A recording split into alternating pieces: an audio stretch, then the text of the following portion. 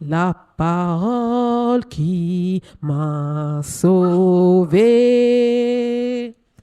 La parole qui m'a sauvé. La parole, c'est la parole.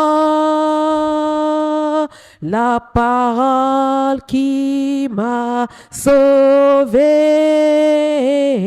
C'est la parole, c'est ta parole. C'est la parole, c'est ta parole. C'est ta parole qui m'a sauvé. Seigneur, j'invoque ton nom ce matin. Seigneur, quand tu marchais sur la terre et que les gens se rassemblaient comme ce jour, et que toi, tu venais au milieu d'eux, Seigneur, il se passait toujours des choses. Et cet homme qui est descendu d'un toit, il a retrouvé complètement sa motricité, Seigneur. Je prie qu'il en soit ainsi ce matin au nom de Jésus-Christ. Et cette femme qui était courbée depuis plusieurs années dans cette synagogue, Seigneur, j'y pense encore ce matin. Et tu étais là. Et les gens étaient rassemblés comme ce matin. Et elle a eu sa solution. Qu'il en soit ainsi pour quelqu'un ce matin au nom de Jésus-Christ. Tu veux qu'on t'écoute. Et nous allons t'écouter. Seigneur, inspire-moi, Seigneur. Et ouvre notre entendement ce matin. Ouvre les yeux. Ouvre les oreilles spirituelles, Seigneur, de ton peuple. Au nom de Jésus, j'ai prié. La comparaison. Si je vous dis la comparaison, ça vous inspire quoi? Dans notre langage de tous les jours, nous utilisons la comparaison. C'est-à-dire la comparaison pour dire tel est plus grand que tel autre. La comparaison pour dire que telle couturière, elle fait mieux que tel autre. La comparaison pour dire que les Togolais conduisent mieux que les Béninois. On utilise souvent la comparaison pour mieux faire passer une idée, mieux faire passer un concept et un enseignement. Et ce style du langage-là est aussi présent dans la Bible. C'est-à-dire que la Bible aussi emploie la comparaison pour communiquer les choses et Jésus-Christ, particulièrement, va utiliser la comparaison pour faire passer un message. Et ce matin, je vais vous conduire à ce message-là. On va voir ensemble pourquoi Jésus a comparé des choses. Qu'est-ce qu'il a comparé et qu'est-ce qu'il voulait enseigner. Donc, allons ensemble dans la parole de Dieu. Et ce matin, nous sommes dans Luc, chapitre 11, du verset 5 au verset 13. Luc 11, du verset 5 au verset 13. Vous avez le texte au tableau. Vous qui avez vos Bibles, ouvrez la Bible et lisez dans la Bible, dans votre Bible. Je lis. Il leur dit encore, donc c'est Jésus qui parlait à ses disciples. Supposons que l'un de vous ait un ami et qu'il aille le trouver au milieu de la nuit pour lui dire, mon ami, prête-moi 3 pains, car un de mes amis est arrivé de voyage chez moi et je n'ai rien à lui offrir. Verset 7. Supposons que de l'intérieur de sa maison, cet ami lui répond, ne m'ennuie pas, la porte est déjà fermée. Mes enfants et moi sommes au lit. Je ne peux pas me lever pour te donner des pains. Je vous le dis, même s'il ne se lève pas pour les lui donner parce que c'est son ami, il se lèvera à cause de son insistance et lui donnera tout ce dont il a besoin. Et moi, je vous dis, demandez et l'on vous donnera. Cherchez, vous trouverez. Frappez et l'on vous ouvrira. En effet, tous ceux qui demandent reçoivent. Celui qui cherche, il trouve. Et l'on ouvrira à celui qui frappe. Verset 11. Quel père parmi vous donnera une pierre à son fils s'il lui demande du pain? Ou bien s'il demande un poisson, lui donnera-t-il un serpent au lieu d'un poisson? Ou bien s'il demande un œuf, lui donnera-t-il un scorpion? Si donc mauvais comme vous l'êtes, vous savez donner de bonnes choses à vos enfants, le Père céleste donnera d'autant plus volontiers le Saint-Esprit à ceux qui le lui demandent. Que la parole de Dieu soit bénie.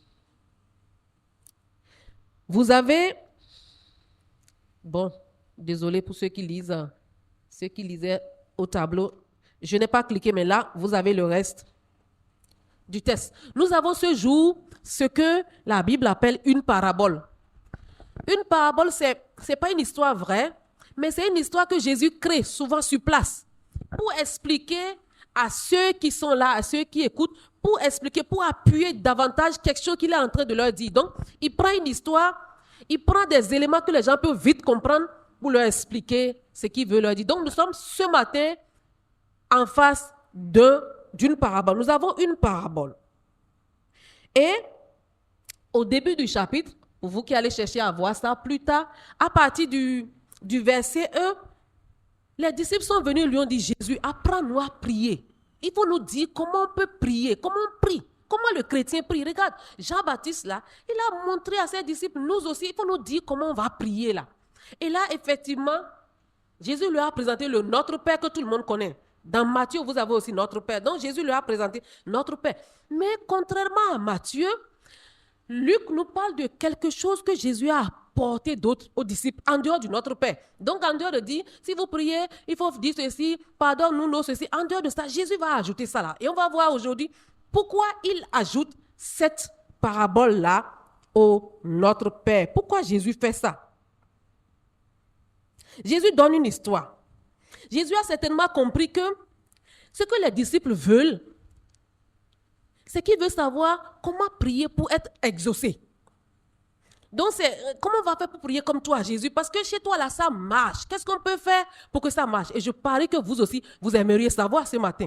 Comment faire pour que ça marche? Quand je parle à Dieu, là, j'ai prié, là, je finis là. Comment je peux savoir que c'est bon? C'est bon, la connexion est là et Dieu va m'entendre et il va m'exaucer. C'était aussi ça, ce qu'il voulait savoir. Et Jésus a compris cela. C'est pour ça qu'il donne cette histoire-là. Et il va comparer, vous allez voir, Jésus est en train de comparer Dieu à un monsieur. Et il va dire, Dieu est différent des êtres humains. Parce qu'il va dire dans cette histoire, vous avez vu, le monsieur est son ami. Mais puisque le moment choisi n'était pas bon et les conditions, ça n'allait pas là, le monsieur a dit, il ne faut pas me fatiguer, je ne peux pas me lever. C'est la nuit. Et que même si le monsieur là se levait pour donner, ça ne sera pas parce qu'il est son ami.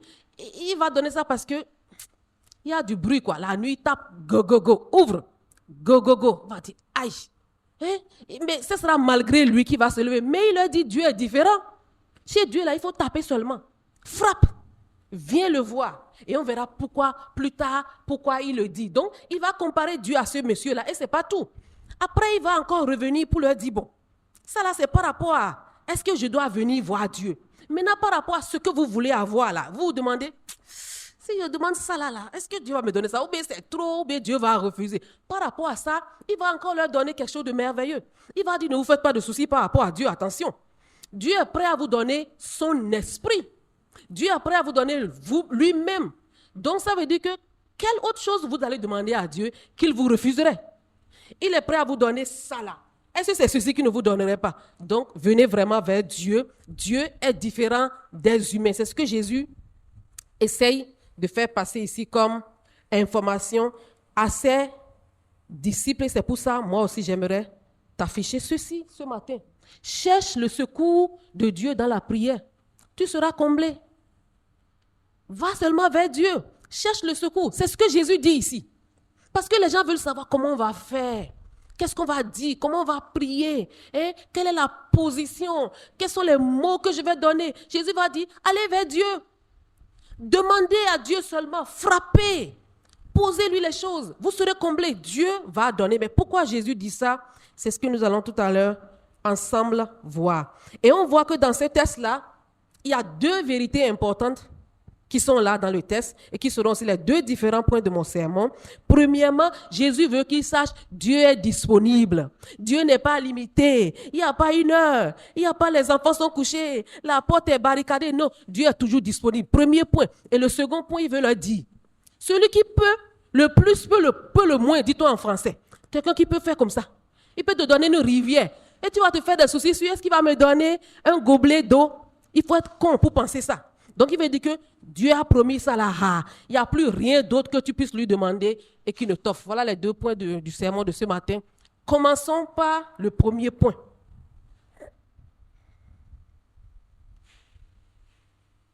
Dieu est accessible 24 heures sur 24. Comme ce qu'on écrit sur les pancartes, la pharmacie, c'est ouvert 24 heures sur 24. Retiens cela ce matin. Dieu là, c'est 24 heures sur 24.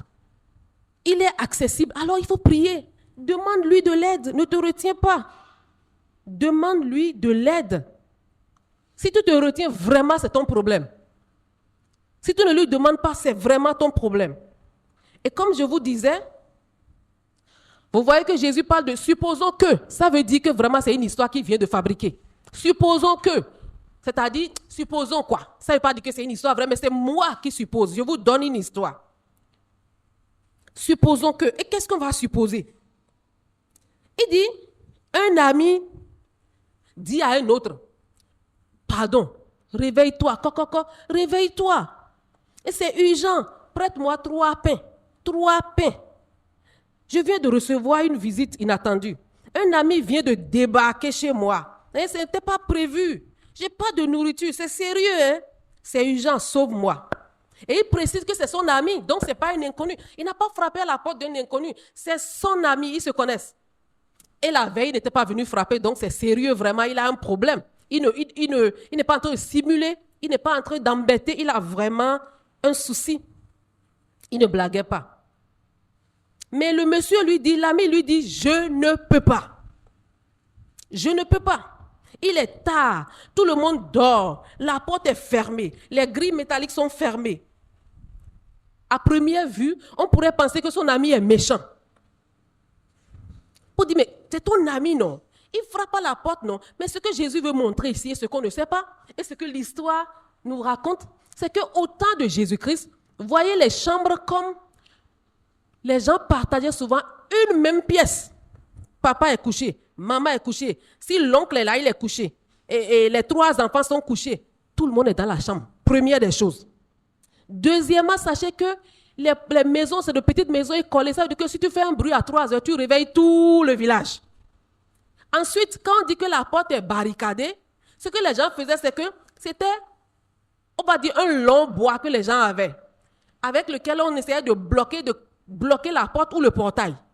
Donc, si celui-là va se réveiller, imaginez un peu, il va devoir contourner, enjamber 20 000 garçons pour passer. S'il arrive à faire ça, quand il va ouvrir la porte, peut-être qu'il va réveiller 3 ou 4 personnes pour qu'il puisse encore remettre le bois. C'est vraiment difficile. C'est vraiment compliqué. Donc, ce ami-là, ce n'est pas parce qu'il est méchant, mais c'est que ce qu'il demande là, à l'heure là, ce n'est pas bon. On ne peut pas faire ça. Et c'est pour ça que Jésus précise que même s'il se levait pour le faire, ce n'est pas parce que c'est son ami. C'est que s'il continue à taper, tout le village va se réveiller. Personne ne veut ça. Donc, même s'il se lève là, franchement, c'est parce qu'il insiste qu'il va se lever. Sinon, ça ne sera pas de gaieté de cœur. C'est vraiment difficile. Donc, tous ceux qui étaient là ce jour-là, ils ont compris parfaitement que c'est agaçant de réveiller quelqu'un à une heure pareille. Et c'est après avoir démontré à tout le monde que réveiller quelqu'un à 3 heures du matin, dans un contexte comme ça, où tous ils dorment, où la porte est barricadée, quand tout le monde était maintenant d'accord que franchement, ce n'est pas facile hein, de te réveiller. C'est là où Jésus apporte la comparaison avec Dieu. C'est justement quand il a fini d'asseoir la vérité que c'est difficile de secourir quelqu'un, même s'il y a une urgence, dans un stress comme ça que Jésus va leur dire, et moi, je vous dis, verset 9. Et moi, je vous dis, c'est là intervient la comparaison avec Dieu. Je vous dis, quand Jésus utilise cette expression, quand Jésus emploie, et moi, je vous dis, prenez votre bic et notez ça. Ça veut dire que c'est une chose à coup sûr qui arrivera. C'est une chose qui ne changera pas. Ça, c'est Dieu qui est en train de t'informer. Quand Jésus dit, et moi, je vous dis, écrivez ça, bûchez ça, retenez cela. Et qu'est-ce que Jésus a à leur dire? Jésus leur dit, demandez seulement et on vous donnera. Demandez et on vous donnera. Cherchez et vous trouverez. Frappez et l'on vous ouvrira. Cela sous-entend Dieu, évidemment. Ce n'est pas demander à n'importe qui, c'est demander à Dieu et il te donnera. Frappe à la porte de Dieu, tu recevras. Dis à Dieu, cherche auprès de Dieu, tu recevras. Il y a une chose surprenante. Dans ce verset, je ne sais pas si vous avez remarqué, ce qu'on reproche à cet ami-là qui est venu de nuit, on lui dit, c'est un embêtement ça, je ne peux pas. C'est cette attitude-là que Jésus conseille. Au lieu de dire, ne réveille pas les gens à 3 heures, à 5 heures, Jésus lui dit, réveillez Dieu. C'est ce qu'il leur dit. embêter Dieu, chercher, quelle que soit l'heure. Donc, c'est exactement le contraire de ce que cet ami humain ne veut pas. C'est ça que Jésus vous conseille quand il s'agit d'aller vers Dieu. Allez vers Dieu, ne vous retenez pas. Il ajoute que celui qui demande à Dieu, il reçoit toujours. Dieu n'est pas limité. Il n'y a pas de porte à fermer. Il n'y a pas de barricade. Il n'y a pas la peur d'un voleur avec Dieu. Il n'y a pas de 3 heures. Le temps lui appartient. Tu ne peux pas venir vraiment trop en retard. Il ne peut pas dire que tu es venu à 3 heures du matin, ni à 4 heures. Il n'y a pas ça avec Dieu. Il ne craint pas le voleur. Il n'est pas fatigué. Il ne somnole pas. Il n'a pas faim. Il est toujours fort. Il peut traverser le ciel pour entrer dans ta maison. Il peut traverser le ciel pour venir au WC là où tu l'invoques. Dieu n'est pas un homme. Dieu est différent. L'homme est limité. Même si c'est ton ami, il est limité. Mais Dieu n'est pas limité. Dieu t'accueillera. Dieu n'est pas limité. Dieu t'accueille toujours.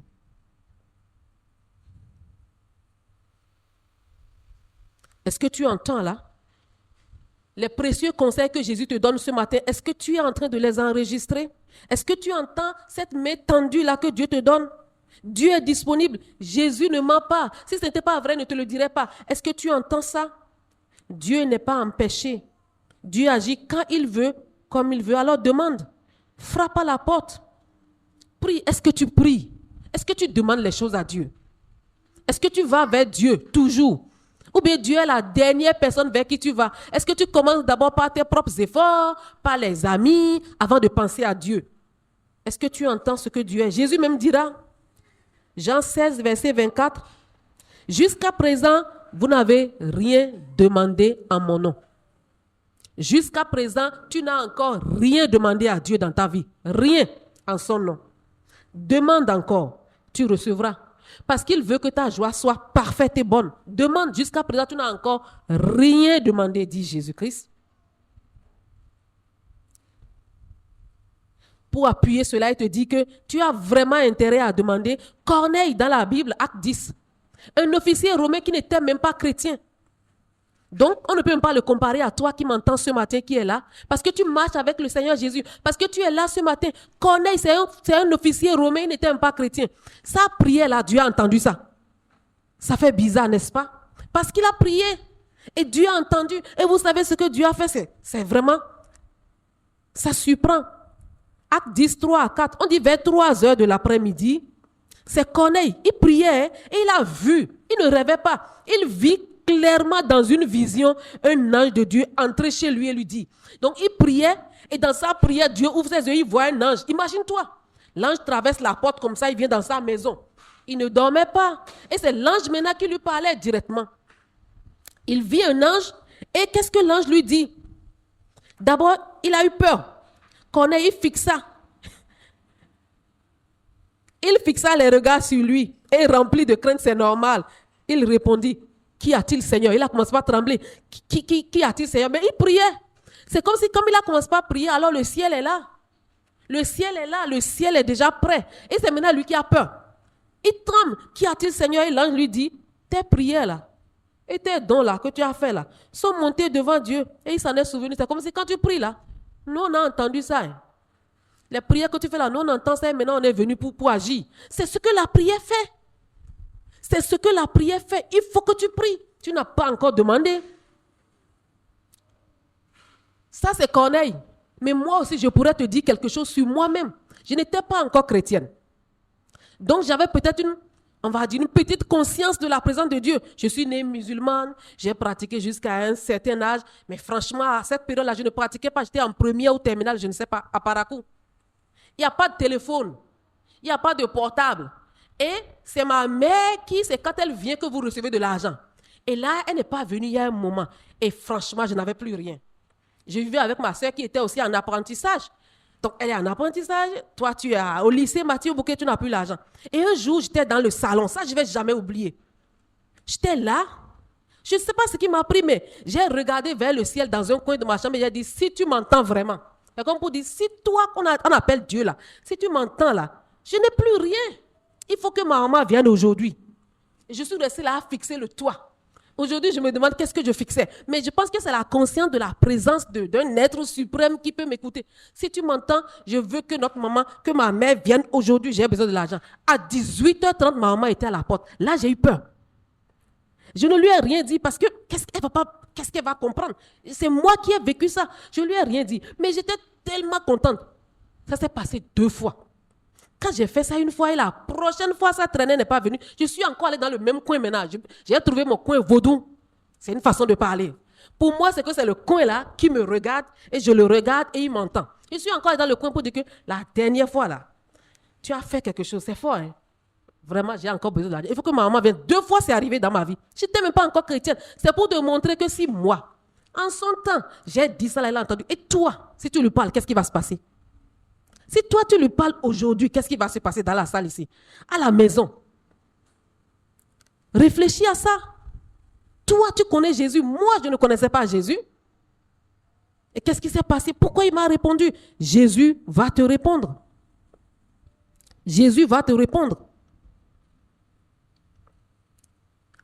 Il y a une prière que j'appelle souvent prière express, qui m'impressionne toujours, c'est dans la Bible. C'est un aveugle. Il ne voit rien. Jésus est entré dans une ville. Il ne peut pas situer où était Jésus. Il ne sait même pas où est-ce que les gens vont. Mais il a commencé par crier. J'ai dit, mais c'est quoi ça? Tu ne comprends rien, tu ne vois rien, tu pries. Et il crie. Jésus, fils de David, aie pitié de moi.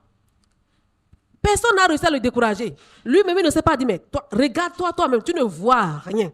Ni la route, ni la table. Tu ne connais même pas le visage de Jésus et tu pries. Il ne s'est pas laissé bloquer. Il a commencé à crier, Jésus, Jésus, fils de Dieu, aie pitié de moi. C'est lui seul qui avait des problèmes dans le village là, je ne crois pas. Mais les autres sont restés tranquilles à voir. On va voir, est-ce que ça marche même? Il n'a qu'à aider les autres, on va voir. Lui n'a pas dit ça. Il a crié. Et je me suis dit, mais le Seigneur, c'est merveilleux parce qu'il entend la prière des aveugles, les gens qui ne voient pas, les gens qui ne savent même pas ce qui arrive. Mais il prie et Dieu entend cela. Pourquoi toi, tu ne prierais pas? Qu'est-ce qui te bloquerait? Est-ce que c'est ta situation? Est-ce que c'est le coin où tu es? Ou bien tu te dis que ce problème-là, est-ce que Dieu va m'entendre? Lui n'a pas dit ça. Il a prié. Il faut aller vers Dieu, pas se limiter, se laisser limiter. Mais il y a mieux. Jésus ne s'est pas arrêté seulement à chercher à démontrer à ses disciples, attention, une prière réussie, vous devez savoir que Dieu est toujours disponible, accessible, 24 heures sur 24. Il a dit, c'est pas tout. Ça, c'est le côté disponibilité de Dieu, mais j'ai encore quelque chose à vous ajouter. Et c'est pareil pour toi ce matin. Dieu n'est pas seulement disponible, mais Dieu promet de te donner le meilleur de lui-même. Le meilleur de lui-même, c'est ce qu'il te promet. C'est le deuxième point du sermon de ce matin. Dieu promet offrir ce qu'il a de meilleur. Alors prie. Présente-lui tes problèmes. Présente-lui tes besoins. Prie. Pas lui. C'est le meilleur de lui-même qu'il promet. Voyons ensemble. Qu'est-ce qu'il dit? Qu'est-ce qu'il met dans le meilleur de lui-même là? De quoi il parle? Vous avez le texte au tableau? Jésus n'avait pas encore fini son enseignement sur la prière. Il y a un autre aspect important, comme je vous le dis, en dehors de la disponibilité. Il pose des questions dont les réponses sont évidentes pour appuyer encore la parabole là. Il pose des questions dont les réponses feront l'unanimité. Est-ce qu'un papa va donner ceci à son enfant? La réponse est jamais. Vous avez déjà vu un papa tendre un scorpion à son enfant qui a faim? Jamais. Jamais un père ne fait ça. Jamais. On a vu ça. Et je ne sais pas s'il y a quelqu'un ici dans la salle qui peut me dire qu'un père va tendre un serpent à un enfant qui a faim, qui lui demande « Donne-moi un peu de poisson », il sort le serpent. Vous avez déjà vu ça? Non. C'est jamais. Un papa ne ferait pas ça. Personne ne donne à son enfant le contraire de ce qu'il demande alors que l'enfant a faim. J'ai encore jamais vu ça. Personne ne tend le sable à son enfant qui a dit « Nami wo, donne-moi la pâte » et tu prends le sable comme ça dans le bol, tu dis « Tiens ». On ne mange pas le sable, tout le monde sait ça. Et tout le monde veut que son enfant qui a faim puisse manger. Et Jésus voulait d'abord asseoir ça pour que tout le monde soit d'accord. Vous les hommes là, vous faites comment pour vos enfants? Vous leur donnez à manger, non? Quand ils ont faim là, vous faites tout possible pour qu'ils aient à manger. Quand ils ont une urgence là, vous faites tout possible pour régler ça. Vrai ou faux? Tout le monde dit oui, c'est vrai, c'est ce que nous faisons. Et Jésus voulait d'abord baliser cette réalité-là pour dire, à la place de l'œuf, on ne donne jamais le scorpion à son enfant. Maintenant, Jésus dit, maintenant imaginez, l'homme là, il est limité. Il est la création. Il est une créature, mais il est mauvais, l'homme en vérité, parce qu'il peut arriver que parfois les papas soient même égoïstes, qu'ils soient méchants, parce qu'ils sont des humains, parce qu'ils sont pécheurs par nature. Mais les pécheurs qu'ils sont là, tout le monde donne les bonnes choses à son enfant. Malgré que l'homme soit mauvais et pécheur, il ne donnera jamais un scorpion à son enfant, jamais un serpent, jamais du sable. Il ne va pas prendre caca pour donner à la place de l'eau, jamais. Il fera tout pour que l'enfant grandisse, que l'enfant aille à l'école, ait le cahier. Ah ah, pourtant ils sont mauvais. Que fera le Père Céleste? Le Papa qui est dans le ciel, qui vous a créé, vous qui êtes assis là, c'est lui qui vous a fabriqué. Vous n'êtes pas venu de vous-même, vous n'êtes pas sorti d'un arbre. Quelqu'un vous a fabriqué. Maintenant, imaginez-vous si vos parents, vous-même vous êtes parents, parce que vous aimez vos enfants là. Et celui qui vous a créé là, il va vous aimer comment? Il vous aime comment là maintenant? Vous croyez? Il va vous aimer mieux. Il va vous aimer plus que vos parents. Et qu'est-ce que Jésus annonce ici qui est vraiment formidable? Dieu promet de vous donner quelque chose de meilleur. Comme ce qu'on a chanté tout à l'heure, j'aime ta présence. Elle me fait du bien. Dieu vous promet sa présence lui-même. Je vais vous donner mon esprit. Je ne sais pas ce que Dieu va te donner de plus. Hein. Il dit, tu me demandes les choses. Choses là, c'est petit. Moi-même là. C'est moi-même. Je vais m'offrir moi-même à toi. De sorte que partout où tu es, que je sois avec toi. Que je sois avec toi. Gloire à son nom. C'est son Saint-Esprit qu'il dit, je vais vous donner. De sorte qu'il veut vous montrer, dans tout ce que tu vas me demander là, pas de souci, moi-même, je suis prêt à te me donner moi-même à toi. Pour dire, le débat est fini. Il n'y a plus rien d'autre que tu peux me demander que je te refuse, puisque je suis prêt à te donner moi-même, à te donner ma présence, à m'offrir à toi, te donner mon esprit, partager mon esprit avec toi. Dieu est prêt, Dieu est disposé à te donner le meilleur de lui-même. Rien ne sera trop grand pour lui, quand il s'agit de toi et lorsque tu pries. Lorsque tu pries, rien ne peut dépasser alors le don qui est le don de son esprit. C'est comme si quelqu'un te dit, je suis prêt à mourir pour toi. Et pendant que tu as un souci d'inondation, tu ne peux pas traverser la route, tu dis, est-ce que je peux lui demander de m'aider à traverser la route? Franchement, tu te seras limité. Il a dit, si tu dois mourir, je peux prendre ta place, je suis prêt à mourir pour toi. Mais tu dis que tu ne sais pas s'il peut t'aider pour et ça là. Quelqu'un dit, je suis prêt à te... Je trouve des exemples. Je suis prêt à te fournir un puits. Et tu te demandes, est-ce que je peux lui demander sachet de pure water? Ça ne va pas. Parce que celui qui te dit, je peux te donner ça, c'est pour te dire que tout ce qui est entre les deux là, tu sais qu'il n'y a pas de souci. C'est ce que Jésus veut montrer ici. C'est ce qu'il veut exprimer à ce niveau par rapport à l'amour de Dieu et ce que Dieu est prêt à faire pour toi. Dieu est prêt à te donner tout. Parce qu'il est prêt à te donner lui-même, sa présence, son esprit.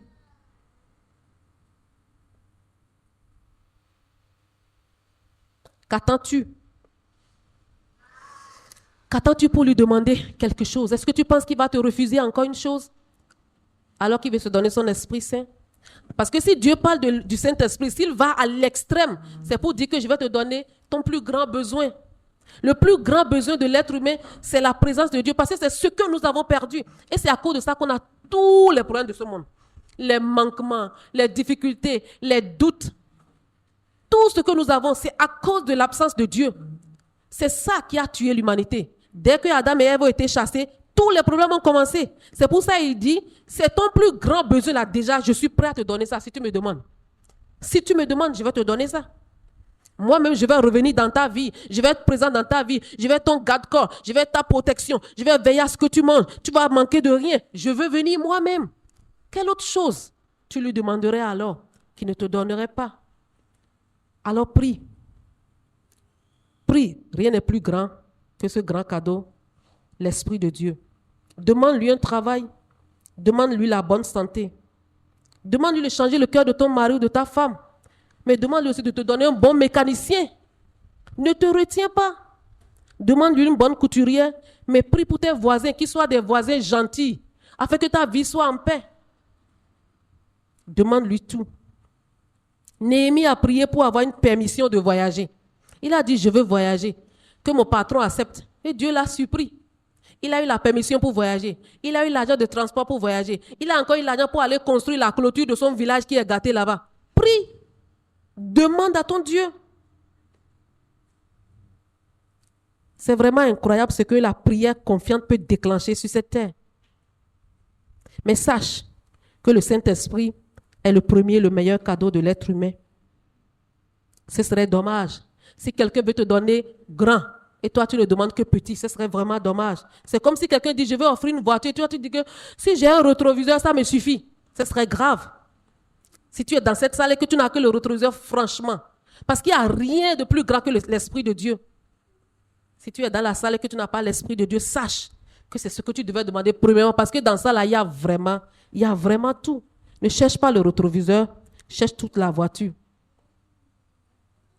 L'Esprit de Dieu, c'est ce qu'il promet de te donner. Parce qu'à la fin des temps, Paul va nous dire que l'Esprit Saint, là, c'est par lui que nous avons été marqués et on a été marqués pour le jour de la libération. C'est-à-dire l'enlèvement dont le pasteur parle, le jour du jugement dont le pasteur parle. Ce jour-là, c'est le Saint-Esprit qu'on va tester chez chacun. As-tu l'Esprit de Dieu? Oui, va ici. Non, va là-bas. Oui, ça c'est une marque. Satan va marquer ces gens, mais Dieu nous marque déjà par l'Esprit Saint. Il faut vraiment avoir l'Esprit de Dieu. C'est pas ça qu'on va classer, déclasser, classer, déclasser, classer, déclasser par l'Esprit Saint. Franchement, Dieu le promet ce matin. Assure-toi que tu as l'Esprit de Dieu. Assure-toi que tu as l'Esprit de Dieu. Qu'est-ce que nous avons vu ce matin ensemble? Nous avons vu, et grâce à Jésus-Christ et à cette merveilleuse comparaison, que face aux difficultés, Jésus nous conseille de faire appel à Dieu dans la prière sans hésiter. Et cela pour deux raisons. Dieu est toujours accessible 24 heures sur 24. Dieu est toujours disponible 24 heures sur 24. Et il n'y a aucune limitation qui l'empêcherait de te secourir. Il n'y a pas de porte, il n'y a pas de fenêtre, il n'y a pas de danger, il n'y a pas d'heure, il n'y a rien. Dieu lui peut t'aider. Quand, comment, où, comme tu le veux. Et ensuite, on a vu ce matin que Dieu est prêt à donner son Esprit Saint, le meilleur de lui-même, sa propre personne. Alors, aucune demande ne sera trop élevée à ses yeux. Et je vous donne ce verset, qui est un merveilleux verset qui est dans la Bible, où Jésus parle de lui-même. Mais c'est ici, c'est Paul qui écrit en disant, si Dieu n'a pas épargné Jésus-Christ, son seul fils, Dieu ne l'a pas épargné, qu'est-ce qu'il ne te donnerait pas aujourd'hui avec Jésus? Il n'y en a pas. Jésus, c'est ce qu'il avait de plus précieux. Dieu est merveilleux. Il commence toujours par ce qui est extrême pour nous montrer que tout ce qui reste là, demandez seulement. Je vous ai donné mon fils unique. Qu'est-ce que je ne vous donnerai pas? Une chambre, un pain, la scolarité, la santé. Tout ça, ça n'atteint pas Jésus-Christ, ça n'atteint pas le grand cadeau. Donc, je peux demander tout ce qui reste. Que le Seigneur vous bénisse. Levons-nous. On va prier. Nous allons faire 2 prières et seulement 2 prières. 2 catégories de prières. Premièrement, tu vas prier. Si tu es dans la salle et il y a quelque chose que tu aimerais demander à Dieu, quelque chose de précieux, quelque chose qui est important et ça te tient à cœur et tu cherches ça, tu vas faire cette prière-là, tu vas demander. Parce qu'il a dit aujourd'hui, vous demandez que Dieu n'est pas limité. Tu vas lui dire, tu n'es pas limité. Tu ne bloques pas. Il n'y a pas de retard. Il n'y a pas de ceci. Et il n'y a pas de prière trop élevée pour toi. Tu vas lui dire tout ce que tu as entendu ce matin. Du fond du cœur. Une prière confiante. Et tu vas lui demander cette chose. Et si Dieu le fait, ne l'oublie pas. Tu vas témoigner. Si Dieu le fait, tu vas témoigner. Parce que je sais qu'il le fera. Tu vas élever la voix. Prie au nom de Jésus-Christ et présente ce besoin-là à Dieu. Prions.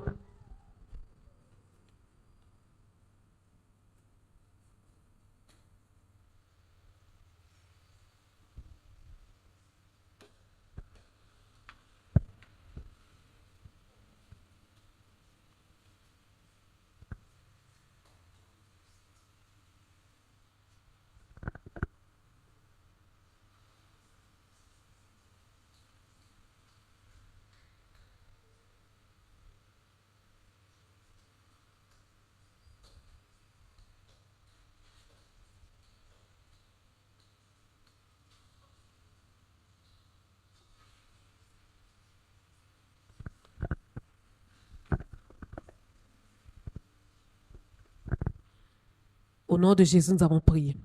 première catégorie. Deuxième catégorie de prière. Nous avons parlé du Saint-Esprit. Sache que si tu as déjà confessé le Seigneur Jésus, une fois dans ta vie, il t'a donné son esprit. Mais si tu es dans cette salle, peut-être que tu doutes. Tu te dis, tu ne sais pas si tu as reçu la présence de Dieu. Parce que personne ne peut tester ça. C'est toi seul qui peux dire ou bien ressentir. J'ai confessé le Seigneur, c'est vrai. Mais est-ce que j'ai la présence de Dieu? Est-ce que je vis ce que les autres disent là? Si tu ne vis pas ça, alors tu es concerné par cette prière. Mais si tu es ici, tu as déjà reçu le Seigneur. Tu as vécu les choses, mais maintenant tout est calme, tu ne comprends pas. Est-ce que l'esprit est attristé? Tu ne sais pas. Toi aussi, tu es concerné par cette prière. Mais si tu es dans cette salle et que tu n'as encore jamais confessé le Seigneur Jésus-Christ, alors toi, tu es parfaitement dans ce cas-là. Tu vas élever la voix et tu vas demander l'Esprit de Dieu. C'est ce que Dieu demande. C'est suprême.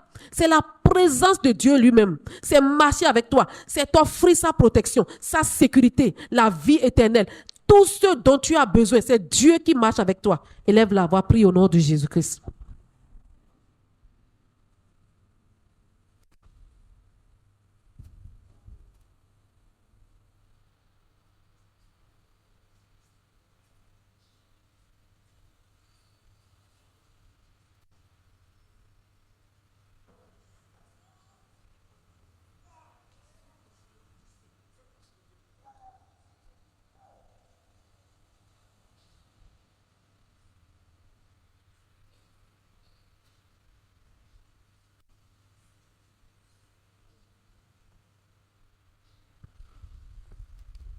Saint-Esprit de Dieu, descends sur nous. Saint-Esprit de Dieu, descends sur eux. Comme ce jour de Pentecôte, descends sur nous. Comme le jour de Pentecôte, descends sur nous. Oh, Saint-Esprit de Dieu, descends sur nous. Saint-Esprit, descends sur nous. Comme ce jour de Pentecôte, descends sur nous. Oh, comme ce jour de Pentecôte, descends sur nous. Seigneur, j'élève la voix pour te bénir. Tu es le Dieu de la prière. Le Dieu qui entend la prière. Le Dieu qui exauce la personne qui prie. Le Dieu qui vient au secours. Merci parce que tu es accessible 24 heures sur 24. Merci Seigneur pour ce matin. Merci parce que tu nous laisses la prière, tu nous laisses ton nom, tu nous laisses cette grâce-là. Toute notre vie, on peut toujours venir vers toi. Avec les sujets de nos parents, nos enfants, nous-mêmes, à n'importe quel moment, quel que soit le lieu. Gloire à ton nom, Seigneur Jésus-Christ. Gloire à ton nom, Jésus-Christ. Nous ne sommes plus jamais seuls. Nous avons la prière. Merci pour la prière. Et merci pour les prières qui sont montées vers toi ce matin. Seigneur, manifeste-toi puissamment au nom de Jésus-Christ. Comme ça s'est passé chez Corneille, que des anges descendent pour honorer, pour accomplir, pour réaliser tout ce qui a été dit ce matin au nom de Jésus-Christ. Seigneur, comble ton église, Seigneur. Seigneur, appuie ce message-là par ta parole, Seigneur, par ta puissance, Seigneur Jésus-Christ. Oh, merci pour ton esprit. C'est toi-même qui veut venir. Tu t'offres toi-même. Qui est comme toi, Seigneur Jésus-Christ? Quel est ce Dieu-là qui est comme toi, qui dit c'est moi-même qui descends? Parce que tu veux habiter avec l'homme. Tu ne veux pas laisser l'homme seul. L'homme est trop fragile. Merci parce que tu es revenu dans nos vies. Merci parce que tu es descendu. Merci parce que tu as réallumé ton feu. Merci parce que certains ont été ce matin ajoutés à toi, Seigneur Jésus-Christ. Merci pour ce matin. C'est au nom de Jésus que j'ai prié. Amen. Asseyez-vous.